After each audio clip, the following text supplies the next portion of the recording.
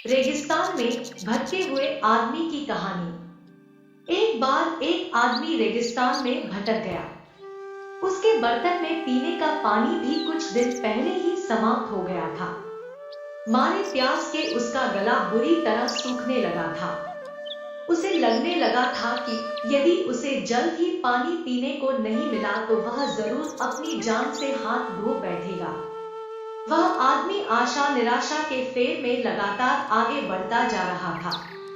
तभी उस आदमी को चलते चलते एक छोटी सी झोपड़ी दिखाई दी। उसे लगा कि यह उसका मतिभ्रम हो सकता है, लेकिन उसके पास कोई अन्य चारा भी नहीं था। मन ही मन कुछ सोचते हुए वह झोपड़ी की ओर आगे बढ़ गया। जैसे ही वह झोपड़ी के नजदीक आया, उसने देखा कि वह झोपड़ी तो असली है। वह झोपड़ी का दरवाजा खोलकर अंदर पहुंचा तो उसने देखा कि वहां कोई नहीं था और ऐसा लग रहा था कि शायद वह झोपड़ी लंबे समय से खाली पड़ी हो। वह झोपड़ी के अंदर पानी खोजने लगा। उसे उम्मीद थी कि शायद पानी मिल जाएगा। उसने इधर-उधर देखा लेकिन उसे पानी नहीं दिखाई दिया। लेकिन जब उसे वहां पानी का हैंडपंप दिखाई दिया तो वह यह देखकर आश्चर्यचकित रह गया।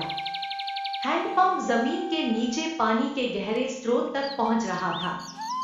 यह सोचकर कि शायद उसे हैंडपंप से पानी मिल जाएगा, वह आदमी हैंडपंप से पानी निकालने की कोशिश करने लगा।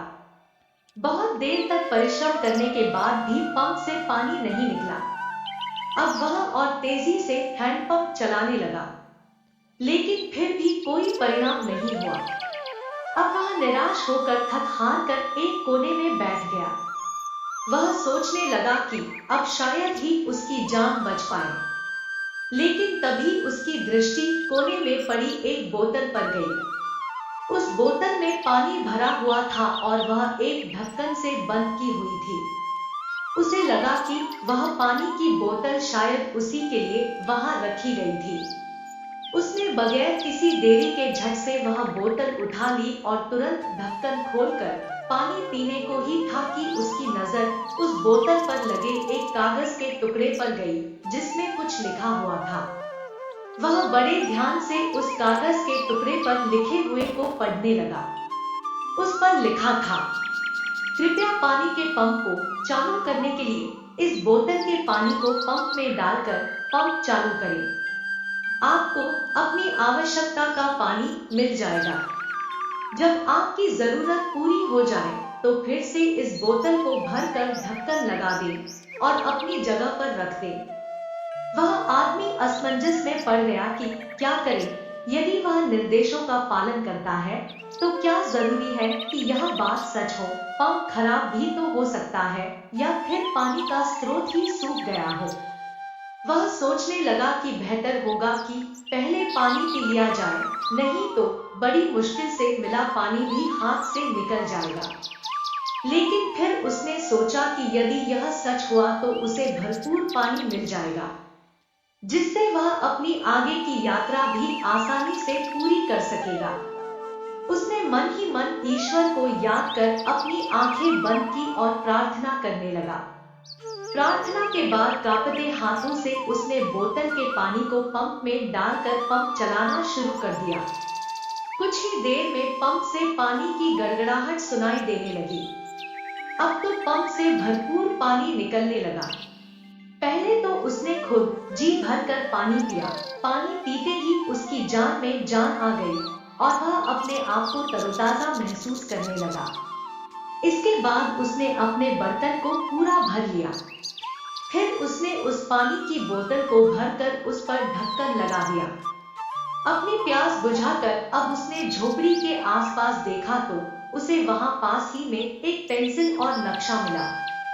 नक्शे की सहायता से उसे पता लगा कि उसका गांव अभी भी बहुत दूर है, लेकिन इतना निश्चित हो गया था कि अब उसे पता चल गया था कि वह किस जगह है और उसे आगे किस तरफ अथवा किस दिशा में जाना है।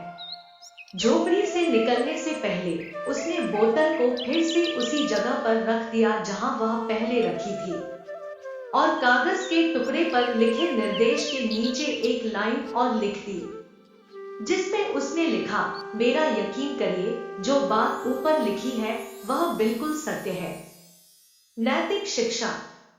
दोस्तों, यह कहानी हमें बताती है कि कठिन से कठिन परिस्थिति में भी विश्वास बनाए रखना चाहिए।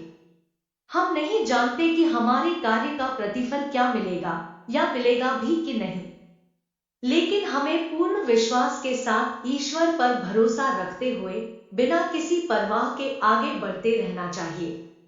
इस बात से कोई फर्क नहीं हो कि क्या अपेक्षित है, बस विश्वास के दम पर आगे बढ़ना जारी रखें।